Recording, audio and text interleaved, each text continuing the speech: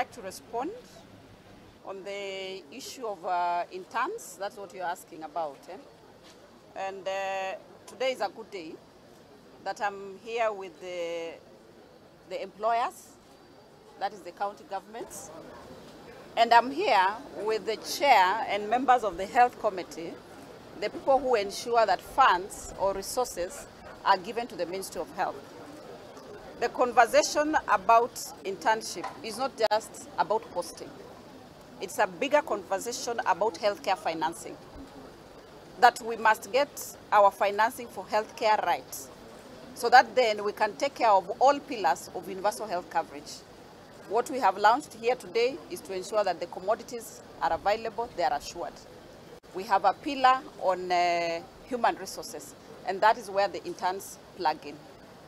So, and for the record, interns have always had a challenge at the time of posting.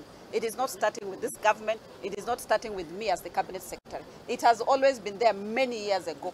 And Dr. Nikal is here, he'll tell you that this internship has been a big issue.